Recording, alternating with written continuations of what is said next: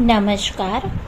વિચાર શક્તિઓનો આપણે સદુપયોગ કરીએ તો કોઈ વ્યક્તિ ભલે જ મૌન ધારણ કરીને બેસી રહે, કોઈ ક્રિયા ન કરે તેવી હાલતમાં પણ તેને પૂર્ણપણે નિષ્ક્રિય કહી ન શકાય, કેમ કે આવા સમયમાં તેના મગજમાં કોઈ વિચાર તો ચાલતો જ હોય છે અને તે જે કંઈ વિચારે છે તે ઠેકાણાના વિનાનું કે જરૂરી વિનાનું હોવા છતાં પણ તે વિચારની અસર તેના પર પડે જ છે. જો કે આ ચિંતન મસ્તિષ્કમાં થોડી એવી હિલચાલ ઉત્પન્ન કરીને અંતરિક્ષમાં જતું રહે છે, પણ મનોવિજ્ઞાનીઓના મત મુજબ નકામું ચિંતન તેના મસ્તિષ્કમાં બિનજરૂરી અસર ઊભી કરે છે. સમજવા વિચારવાની ક્રિયા ચોક્કસપણે ખૂબ જ બહુમૂલ્ય કિંમતી ક્રિયા છે. જો કે વિચાર અને ચિંતનની ક્રિયાઓ દેખાતી નથી, અદૃશ્યપણે જ થતી રહે છે, પરંતુ માનવી જે કોઈ કર્મ કરે છે તેનું મૂળ આ જ ક્ષેત્રમાં રહેલું હોય છે. જે ક્રિયાઓ નજરે પડે છે તે પણ અદૃશ્ય ચિંતનના પરિણામ રૂપે દ્રશ્ય બની શકતી હોય છે. જે કંઈ કરવામાં આવે છે તે એમ જ આપમેળે થતું નથી. ઘણા સમય પહેલાં મગજમાં તેની પૂર્વ ભૂમિકા તૈયાર થતી હોય છે. કયું કામ કરવાથી શો લાભ થઈ શકે છે તથા નુકસાનની ક્યાં શું સંભાવના છે વગેરે બાબતોના હિસાબ મસ્તિષ્કમાં ગોઠવાતા હોય છે અને ત્યાં જ નિર્ણય કરીને સાધનો સાથે ઈચ્છાઓને તાલમેલ બેસાડવામાં આવે છે. આટલું વિચાર મંથન કર્યા પછી કોઈ ચોક્કસ પરિણામ પણ આવી શકાય છે. જ્યારે મસ્તિષ્કમાં કોઈ વિચાર ચોક્કસ સંકલ્પનું રૂપ ધારણ કરે ત્યારે તેને માટે જરૂરી સાધનો એકઠા કરવાની ક્રિયા ચાલુ થાય છે. મસ્તિષ્કમાં વિચારની આટલી પ્રક્રિયા થયા વિના કોઈ પણ કામની શરૂઆત થઈ શકતી નથી. સામાન્ય રોજબરોજના કામોમાં ટેવ પડી જવાથી વિચાર્યા વિના થતા રહે છે, પરંતુ કોઈ કામની શરૂઆત પૂરો વિચાર મંથન કર્યા વિના જ થઈ શકતું નથી. દૈનિક કાર્યોમાં પણ ગુણદોષ જોવા, નફો નુકસાન વિચારવા અને વિકાસની વ્યવસ્થા કરનારી વિચાર પદ્ધતિને જાગૃત રાખીને જ ચાલવું પડે છે. નહીંતર રોજબરોજના કામોમાં ગૂંચવાડા ઊભા થઈ શકે છે અને કામનું સ્તર નીચું પણ આવી રહેશે.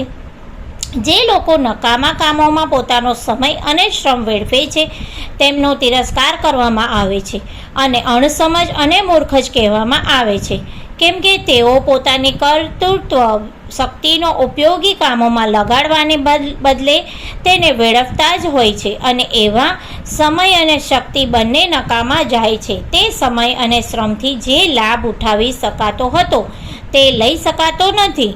એવી જ રીતે વિચાર શક્તિનું નુકસાન પણ મૂર્ખતા ગણવામાં આવે છે.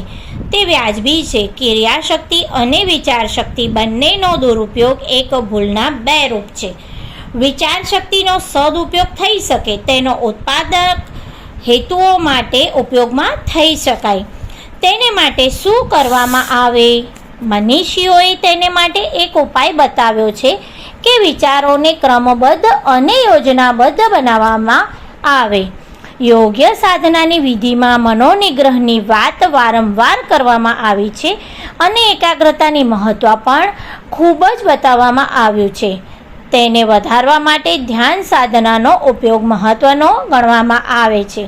આ બધી ક્રિયાઓ અને સૂચનાઓનો હેતુ વિચારોનું ઉત્પાદન કે પ્રવાહ રોકી દેવાનો નથી.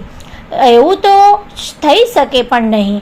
માનવીય મત અને મગજની રચના એવી કરવામાં આવી છે કે દરેક પળે તેમાં અનેક વિચાર તરંગો પેદા થતા જ રહે છે અને તેને કોઈ પણ રીતે રોકી શકાતા નથી.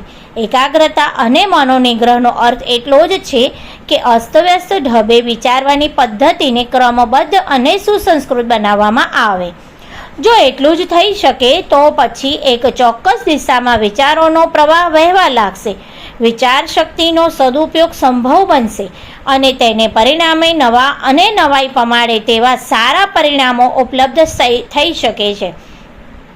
નાના એવા બિલોરી કાચ પર જો સૂર્યના વિખરાયેલા કિરણો એકઠા થાય છે તેના પરિણામે ઉગ્ર ગરમી પેદા થાય છે અને આગ લાગી શકે છે. આવી જ વાત વિચાર શક્તિ પર પણ લાગુ પડે છે. ચોક્કસ લક્ષ્ય પર ઊંડું ચિંતન કરવામાં આવે તો આશ્ચર્યજનક સફળતા મેળવી શકાય છે. વિજ્ઞાનશાસ્ત્રી, કલાકાર, ચિંતક, વિચારક અને બુદ્ધિજીવી એમ તો સામાન્ય માણસ જેવા દેખાતા હોય છે, છતાં સામાન્ય કામો કેમ કરી શકે છે? એનું એક જ કારણ છે કે તેઓ પોતાના નક્કી કરેલા લક્ષ્ય પર સમગ્ર ચિંતનને એકત્રિત કરી લે છે.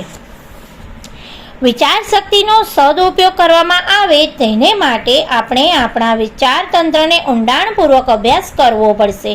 તપાસ કરવી પડશે કે હેતુ વિનાના નકામા તથા અસંબંધ અસ્તવ્યસ્ત વિચારો કરવાની ટેવ તો પડી ગઈ નથી ને?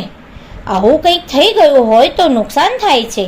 તેને રોકવા માટે સક્રિય ઉપાયો યોજવા પડશે. જીવન સાથે જોડાયેલા અસંખ્ય દિશાઓ અને સમસ્યાઓ સામે હોય છે. તેના પર ક્રમબદ્ધ રૂપે વિચાર કરવામાં આવે અને કોઈ ઉપયોગી નિર્ણય પર આવવા માટે તર્ક, તથ્ય અને પ્રમાણોના સારા નરસા બંને પક્ષ નજર સમક્ષ રાખીને વિચારવાની ટેવ પાડીએ તો પછી ટૂંકા ગાળામાં સારા એવા તારણ મેળવી શકાશે, જેનો અમલ કરીને હાલની સ્થિતિમાં સુધારો કરી શકવાનો સંભવ છે. પોતાની વ્યક્તિગત મુશ્કેલીઓ અંગે, પોતાના જીવનને સંબંધિત પક્ષ પાસા અંગે તંદુરસ્તી, સુધાર, જ્ઞાન મેળવવું, કુટુંબની ગોઠવણી કરવી, આર્થિક વ્યવસ્થા ગોઠવવી, સમયનું યોજનાબદ્ધ આયોજન કરવા જેવા અનેક વિષયો હોઈ શકે છે, જેના પર સતત ઊંડાણ અને ગંભીરતાથી વિચાર કરી શકાય છે. તેના પર વિચાર કરતા, સ્થિતિના દરેક પક્ષનું નિરીક્ષણ કરતા રહીએ તો એવા નિર્ણય પર આવી શકાય છે જેને આધારે આજના કરતાં કાલે વધારે સારી પદ્ધતિ અપનાવી શકાતી હોય છે. આવા મહત્વના વિષયો પર વિચાર કરવાથી સુધારો કરવાનો પૂરતો અવકાશ રહે છે. આજે જે કંઈ કરવામાં આવે છે તેમાં કોઈ સુધારો કરવાની જરૂર નથી, બધું બરાબર છે એવું માનવાની જરૂરત નથી. હાલની પદ્ધતિમાં ઉપયોગી અને જરૂરી ફેરફાર કરવાથી વધુ સારી સ્થિતિ મેળવવાની શક્યતાઓ હંમેશા રહે છે. પોતાની અંગત મુશ્કેલીઓમાં હંમેશા ગૂંચવાયેલા અટવાયેલા રહેવું એવું કાંઈ જરૂરી નથી. પોતાના વિકાસ જેટલો જ કુટુંબના અન્ય સભ્યોનો વિકાસ પણ મહત્વનો હોય છે. તેના અનેક વિકલ્પો હોઈ શકે છે. કેટલીય સામાજિક સમસ્યાઓ, પ્રથા, પરંપરાઓ તથા હાલાત એવા હોય છે કે તે પ્રત્યક્ષ કે પરોક્ષ રીતે આપણને અસર તો કરે જ છે. તેના પર વિચાર થઈ શકે છે અને ઉપાય શોધી શકાય છે. ધાર્મિક, આધ્યાત્મિક, રાજનૈતિક, દાર્શનિક પદ્ધતિઓમાં કેટલું એવું હોય છે જેના અંગે નવેસરથી વિચારવાની જરૂર પડે છે. બદલાતી જતી પરિસ્થિતિ મુજબ જૂની પદ્ધતિઓમાં ડગલે ને પગલે ફેરફાર કરવાની જરૂર ઊભી થાય છે. આ બધું કઈ રીતે થઈ શકે છે તેના પર વિચારણા ઊંડાણપૂર્વક થઈ શકે છે.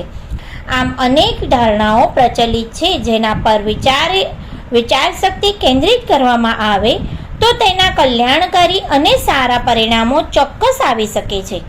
પરંતુ એવું ત્યારે જ સંભવ છે જ્યારે અવ્યવસ્થિત રીતે અસંબંધ વિચાર કરતા રહેવાની ટેવને એના લીધે થતું નુકસાન સમજવામાં આવે અને તેનો રોકવામાં આવે તથા વિચાર શક્તિનો સદુપયોગ કરવાના સાહસિક કદમ ઉઠાવવામાં આવે. અસ્તુ.